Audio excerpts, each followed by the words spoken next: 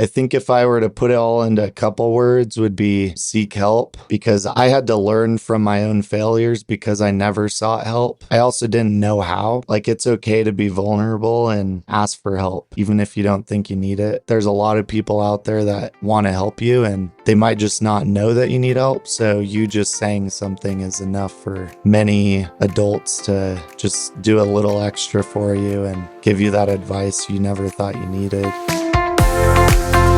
Hi, everyone, and welcome to Path Found. This is the podcast where we unpack the winding, messy, and meaningful journeys that lead to the work we love and a life that feels right. I'm Monica Argandonian, and each week I'm going to sit down with someone whose path didn't follow a straight line, but it still led them to purpose and fulfillment and often surprising success. These are real conversations about mentorship, pivots, networking, self-doubt, mistakes that we all make, and what it means to find direction when the map runs out. These stories are here to inspire and guide you. We'll dig into the things school didn't teach, like how to navigate career twists, life lessons, and big transitions. If you like what you hear, please share the podcast with a friend, subscribe, and leave us a review. You can also find us on Instagram at PathFound Podcast or online at KeystoneNetwork.org. There you can send in your comments, suggest guests or topics, or even apply to be a guest yourself. This podcast is for you, my students, my peers, and anyone figuring it out as they go. As a longtime teacher and anthropologist, I've always believed in the power of stories. They remind us we're not alone and that it's okay to change your mind, take a different route, or still be unsure of what comes next. This is my pivot too, and so I'm glad to have you on this journey with me. Now let's get started. Today on Path Found, I'm joined by Coach Christian, aquatics director at the Claremont Club, a fitness resort, and head coach for Claremont High School swim and water polo programs. His path wasn't a straight line into coaching, from serving in the Navy to working in federal probation, facing personal struggles, and ultimately finding renewal through resilience and reflection. Coach Christian's story is one of perseverance and growth. His journey shows that hitting reset can lead to unexpected purpose and a career that truly inspires. Christian, thank you so much for taking the time to talk with me today and sharing your story with all of us. I always start by asking, what were you like in high school? Extremely reserved, lots of problems at home during my childhood, at my mom's and my dad's. I always just kept to myself, didn't have many friends or anything, just kind of went to school and then had to go home immediately after. And then when you graduated, what did you do? So my dad's house was more strict, my mom's was more laxed, and we stopped living at my dad's permanently my freshman year. So things got kind of chaotic after that over the next few years. And I personally myself just needed to escape and go start my life on my own. So that's why I enlisted in the military. Okay. Which branch? So I was in the Navy for 4 years. What did you think? It wasn't always pleasant, to say the least, but I learned and grew a lot during that journey, and it helped me mature very quickly in an environment I don't think that college immediately would have helped me in. So I'm grateful for it, but it wasn't pleasant. But you learned a lot and you decide not to make it a career. You get out of the military. Then what? Yeah, so I think I got the most I could out of it there's a lot of things I could say, but I'm fortunate that I was able to get through the 4 years. I'll put it that way, because a lot of my friends didn't make it that far, and some are not with us today because of the mental strains it puts on you and stuff. But I made it through the 4 years, and I had my sights set on going back to college and finishing it afterwards. So that's what I did. I was in College of Sequoias for 1 year before the military to try it out and swim on their team there. And I was too burnt out and too much childhood trauma. So that's why I left early, but went back and finished afterwards. What was your major? Back then it was civil engineering. And then after college, I tried to get back into computer science, and all of the math stuff had left my brain over the 4 years. You really got to upkeep that stuff or it goes away. So I had to make a decision. And since I had been working in military police for part of the military, I did get a passion for that. So I went back to the community college in San Diego to finish my associate's degree in criminal justice. Okay. So that's So where that started. now on the track to be a police officer. Yeah, so I ended up starting to love schooling again, in that major at least. So I got my sights set on San Diego State, which was always a dream as well, but I thought I would never be able to achieve it growing up. So now I saw myself at San Diego State majoring in criminal justice, and I loved it so much I tacked on sociology as a second major because of a couple introductory social classes I had at San Diego State. So added it as another major, and that was basically an extra year tacked on there, but it was all funded through the GI Bill, so I had no problem staying longer and doing that. And then I graduated with both of those degrees from San Diego State, basically. So I think a lot of young people think there's a timeline we're on, right? You have to graduate by 22 and then be in your career at a certain age and then get married and whatever else. How old are you by this time? So going back to college, I was 23, I believe. So it was very weird going back to say the least, especially in San Diego where it's a lot of young people. But I just tried to make the most of it. And they were kind of, it's hard to explain, but if you think about it, they're all coming out of probably a lot of good households going straight into college for the most part, not everybody, but I was coming out of a bad sheltered household, going to the military for 4 years and then college. So I think coming out of that sheltered world, I think I was on the same track mindset wise as a lot of these kids were. It just took me 4 more years than them to get there, in which I got there through the military. So I think I was able to actually relate to a lot of these kids, even though I was 4 years ahead of them, professional wise, if you will. So it had its pros and cons, but one of my like good childhood friends, or not mine per se, but my younger siblings, he was also going to San Diego State at the same time. And he reached out and he was like, hey, come check out this fraternity that I'm in. Don't like think about all the things people say, just come out and try it out and see what happens. So I did. And it was not like the typical ones you hear about. It was more just a group of random guys in different journeys of life, all in the same group together. It's the best way to put it. And yeah, there was some of the partying and stuff you hear about, but not anywhere near the levels of the big names you hear. This was more just a way to put random people together that didn't really all know their journeys yet. So I did fit in well there because there was other older guys that came from different places. Maybe they just took a break from school, or other ones from the military, or young guys that had no clue what they wanted to do in their life yet. So yeah, it was a good environment, I think, and we all fit in. Are you still friends with those guys? Some of them, yes. A few of them will be at my wedding in a month. So that's exciting. And just happens they were the older ones with me there. So But I think Yeah. it's really important to have that support group, right? People who are Yeah. going through similar things and experiencing what you're experiencing. So you graduate, and then what? Yeah, so I graduated. I had my sights fully set on getting into the feds in whichever 3-letter agency, if you will, would accept me. I made some mistakes in my past, nothing like too crazy, but word of advice for anyone younger out there, just even if you think it'll never bite you in the butt later, it probably will.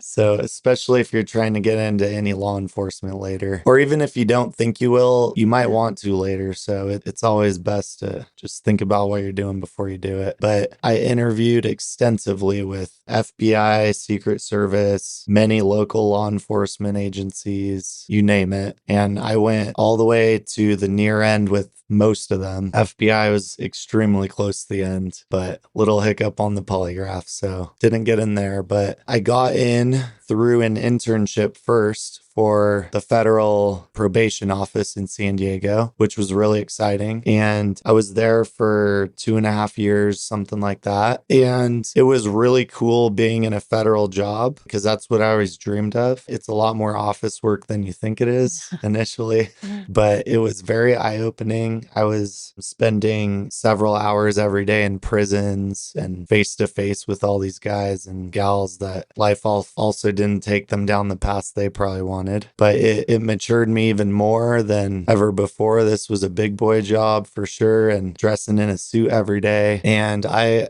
played it out, and I tried it for a couple years. But yeah, it wasn't what I imagined it would be to do like the rest of my life. It was a great chapter, I would say, in my life, but not the final story. So I think a lot of people get in a job and think, this is it, right? Now I have to do this. Partly people are afraid, well, what else do I do? Or I'm 30 something and now I'm going to do a different path. And, what led you? Did you just hated the job that much? Or did you already have some ideas? And I mean, what kind of drove you to say this was enough, moving on? So, I mean, with that job in particular, I had several different jobs and a lot of years of experience before that with like bartending, serving, security jobs all over San Diego. That kind of all opened me up out of that really sheltered shell that I talked about. I mean, there was pros and cons. Like I was so sheltered, I didn't really drink alcohol, for instance, until that bartending job. And even there, not even till a couple years into it. But yeah, my eyes were opened way later than most kids that'll be listening to this. So it all kind of hit me at once, and it got the best of me at times, which I've had to fight my way back from a few times throughout my life. But we're here now, and I'm at a great point in my life now. But it's because of all those trials and tribulations I had, mistakes I had to make and climb my way out of myself, because I didn't really have the family support a lot of people have. So it was a huge self journey and trial by error kind of thing. But yeah, leading up to that federal job, I loved the professional job that it was, but I didn't have any satisfaction day to day, and like go in there, I love my job kind of feeling. So I needed to hit reset in my life, and there was stuff I was struggling with outside of the 8 to 4, 9 to 5, whatever it was. So it never affected my day-to-day job, but it definitely affected my personal life outside of it. And I was lost, to say the least. I was extremely lost, and I just really needed to hit reset. So it took me making more mistakes and stuff, but I got to the point where I said, this is enough. And I moved home, which was very humbling to me because I never had a good home. So I basically had no other choice at this point. And because knowing like what I went through in my childhood, I would never volunteer to move back home. But this is the position I was in at the time. So I had to call my mom and cried it out over many hours and told her where I was at. And I need to move home temporarily to figure out my life and hit reset. So that's kind of what I did after that. Did you have other people helping you, a mentor?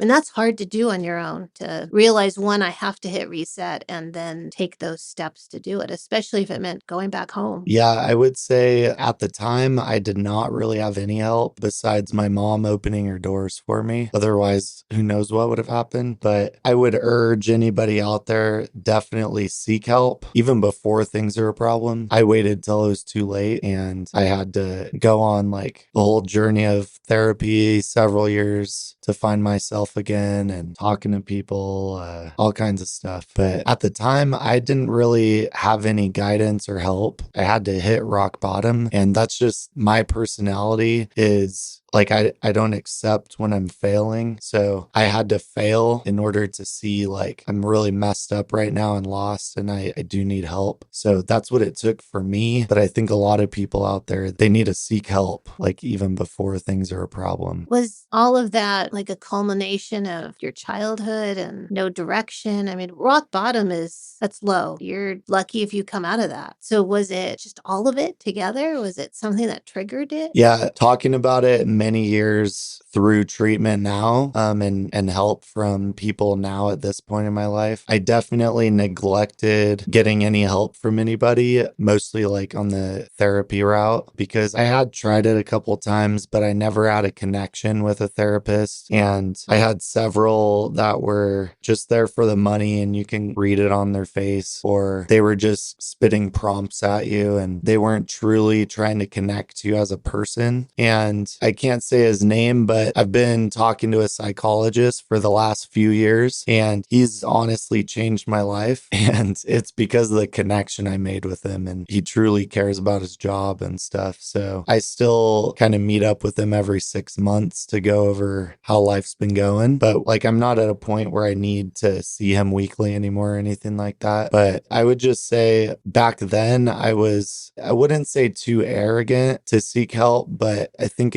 lost is the better word. I was just lost and I didn't know and I wasn't informed. And I kind of thought like, oh, I've got it all figured out because I'm out of my parents' house now. So I can figure it all out on my own. But that was probably the worst thing I could do, which led to bad things later on. And I think it's even harder for young men, the pressure to, Yeah. you can't ask for help, or you're supposed to just have it all together and be strong, whatever that means. And so I think it has been a detriment to young men and continues to be. So the fact that you can talk about it, that could help a lot of people. Yeah, and the military too kind of made that even worse, to be honest, because they have the mentality of just put your head down and do your job. Stop talking about it. Stop whining. Stop caring, all that stuff. So it's just do, and it's never take care of yourself and how are you doing mentally or any of that stuff. So they literally engrave it in you not to ask for help. So yeah, it was a long journey afterwards. So you get to the point where you're ready to do reset. Therapy is part of that. What else? Yeah, therapy was part of that. I failed in the categories of financial, very much so. I never had guidance on like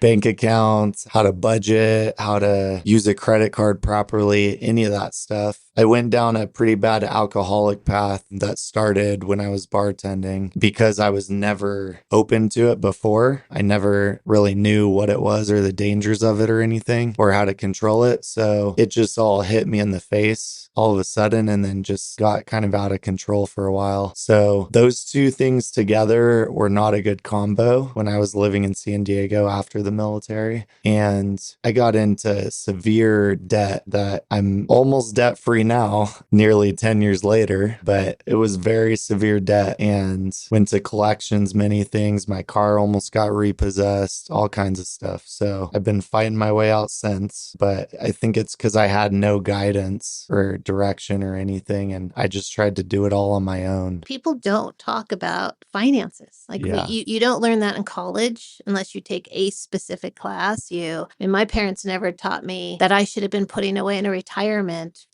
so consequently I didn't start saving for retirement until I was 40. Yeah. And that's gonna hurt. Hmm. And so unless we talk about it and bring it out there, people don't, and you don't know what to ask if you don't know, Yeah. right? So, well, congratulations, because getting out of debt is very, very difficult.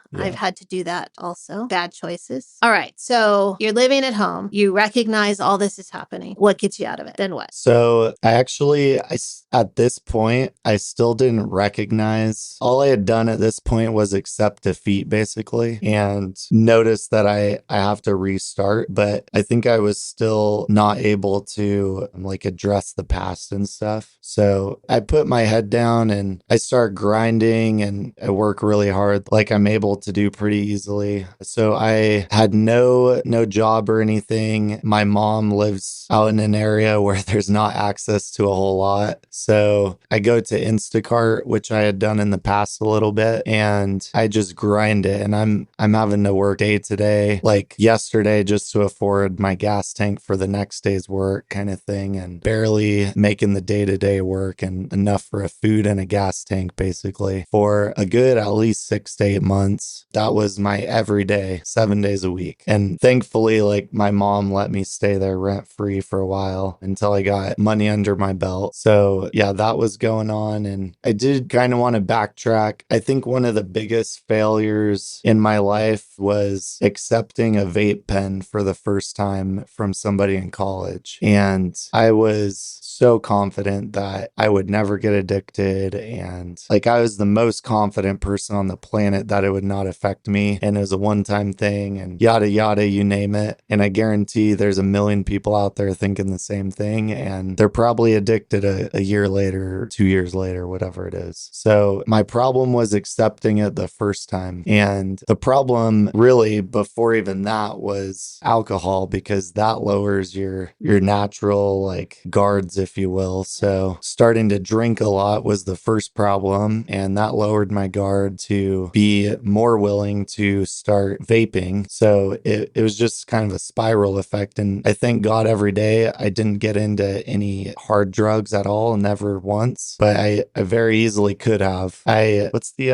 like the ADHD medicine? I'm Oh, forgetting. Adderall? Yeah, so I actually that is the worst I've tried, and it was at my lowest point I was talking about right before I had to accept defeat. I did get to Adderall a couple times, and it put me in a mind space that nobody should be in, to say the least. And I did want to end it all, and it was not easy not to, but I found a way, and I've always been close to God. So I had to separate myself from everyone and try to find my way back to God. And he got me through it. But yeah, I thank him every day that I only tried Adderall a couple times and that I accepted defeat right after that, so it didn't get worse. But the vaping did get pretty severe. And again, it started with one time saying this will never be a problem for me because I don't get addicted to things. And I was so arrogant in my head about that. And one time turned into 2 and 3 and 4. And then soon enough, I was addicted to it. And then soon enough, I was reasoning with my own mind saying, oh yeah, it's not even unhealthy. It's totally fine. And I love doing it. Like, what's even wrong with doing it at this point? So where I was then like literally budgeting vape costs into my paychecks and stuff. So I was spending hundreds of dollars every single week on vapes for a few years in San Diego. And I got to such a severe point. If I didn't have one in my hand, either in my pocket or in my hand out of my pocket, I would start freaking out and have to go buy one or borrow someone's or something. And it had full control over me at that point. So now fast forward to my mom's house where we were talking about resetting. I hadn't quit yet on the vape side of things. I did know that all the influences in San Diego were not healthy for me anymore. So that was the big reason for having to move home immediately. But next step was trying to quit vaping, which I knew I needed to do. One, because I could not afford it and I was making no money because all my Instacart money would go to vape, gas tank, and food. And day to day, zero money for the next day. So long story short, I tried the Nicorette gum, and I knew the only way, because my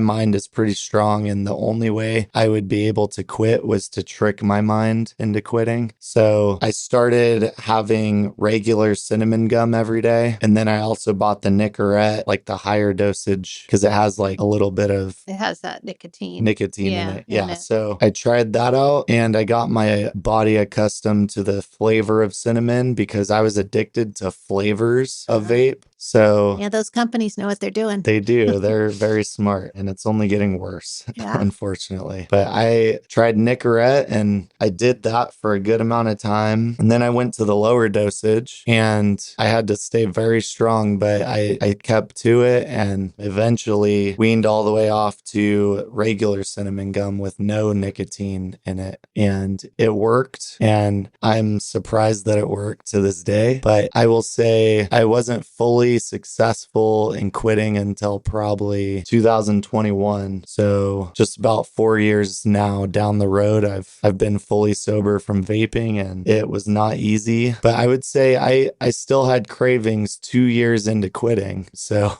it has effects for a long time after. And now I can say I have no cravings ever anymore. Even if I have some alcohol sometimes, it doesn't affect me anymore, thank goodness. But I do have to be careful still because your guard is down when you have alcohol either way. So right, your inhibitions. So again, congrats. Thank you. And I've heard that from so many people, but I'm not addicted, or it's just one.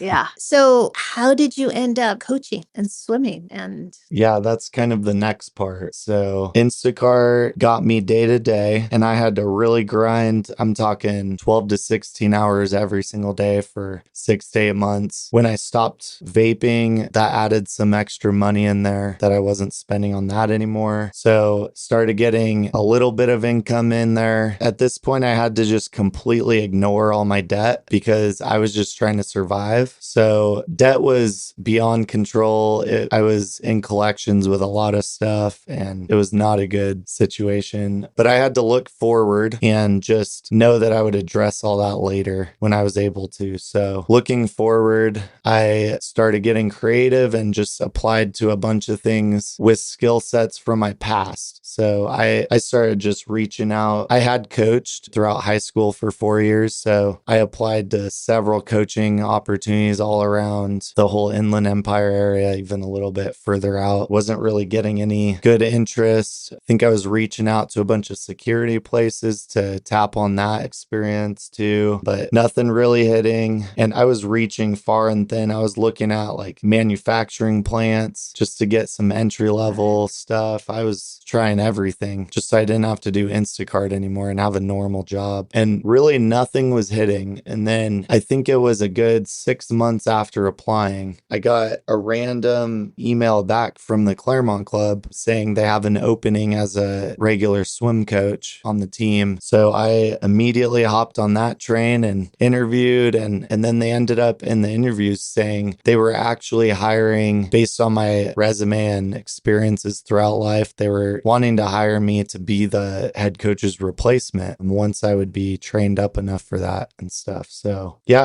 I started as a regular swim coach and just shadowed for a while. And that's, yeah, it kind of progressed for, I think 3 to 5 months, something like that. And then the transition to head coach started after that. And there was a lot of politics involved, to say the least, because predecessors had been there for the last 40 years. So needless to say, it happened. And I thought that I wasn't making enough money. I was making enough to live, but not to tackle debt, which you almost need like 2 incomes for. So I started looking around at different high schools as well. And I applied to a few private ones in Claremont High and a few other public ones. And then a couple of them interviewed me and I ended up choosing Claremont High. And it was very hard at first. But as with anything, once you get your systems into place and get some repetition and consistency and good assistant coaches under you, then it becomes a lot easier. So it was very hard for a couple years up front and getting everything, all the chaos sorted. But yeah, that's kind of how it started. So it's interesting that all those past skills, even though they weren't the right moves and the right jobs, they all kind of built on each other and they hired you at the Claremont Club because you had those past skills for looking at you as a director position. So even though those things didn't work out, there was value in them. Yeah. And now you're coaching, you're the aquatics director. So you're definitely not just head coach anymore. You moved your way up. And how do you feel about it all? Yeah, I feel great. And just touching on what you just said a little bit, all the big jobs I did throughout my life, if you look at them surface level, completely unrelated to what I'm currently doing. However, like I said in the beginning, I was extremely reserved. Like I wouldn't talk to anybody. It was so shy. So I think the bartending job I had for opening me up and becoming somewhat social and at least an extroverted introvert now. And I think the federal job for making me extremely professional and working with big clients and stuff in that aspect. And then like I think the military experience for making me super organized and structured and always on a routine and regimen, which has helped with the head coaching side of stuff tremendously. So all of the different things, they all fed in one way or another. And even the sociology degree helped me understand people and how to make different groups of people work well together, which is a huge part of my job today. But yeah, that's kind of how it all fed into the now. And what was the question? Sorry. Just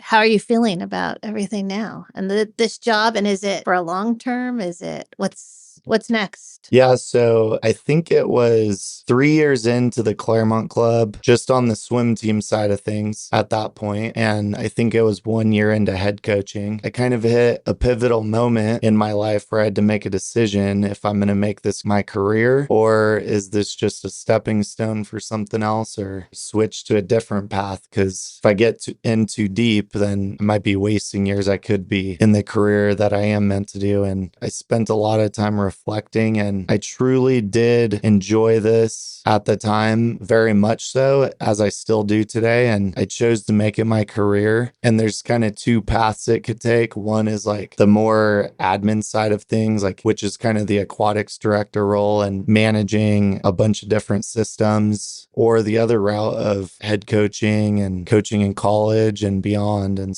down that path. So my career is still very undetermined at this point, but I know it has to do with swimming, and because that's my passion, and the kids have very much been probably the biggest part of me loving this as a career. But yeah, it's undetermined, but I do love coaching and aquatics directing and all that stuff, and we'll see where life takes us. But yeah, my fiance's in the same kind of world, but on the water polo side, so the two jobs work really well together. And right now I have kind of like the head job for the house, but it might be her 5 years down the road. I'm getting a big opportunity in the water polo world, so who knows? Nice. What would you say to anybody coming out of high school or college? What piece of advice would you give them that you wish someone had given you? I think if I were to put it all into a couple words, would be seek help, because I had to learn from my own failures because I never sought help. I also didn't know how, but if you just like, it's okay to be vulnerable and ask for help, even if you don't think you need it. There's a lot of people out there that want to help you, and they might just not know that you need help. So you just saying something is enough for many adults to just do a little extra for you and give you that advice you never thought you needed. And yeah, aside from like seeking help, I think I say it every day to all my athletes, and whether they take it in and actually use the advice or not, just be very mindful of every decision you're making in your childhood, because I promise it will affect your future in one way or another. Whether you believe me or not, I promise it probably will. Right? Everything from what you post on social media, Yeah. what you say, what you do. Is there something you would, if you could go back and say to your 18-year-old self, what would it be? I would say, like, stay true to yourself and don't lose sight of who you are as a person within. And don't vape. Yeah.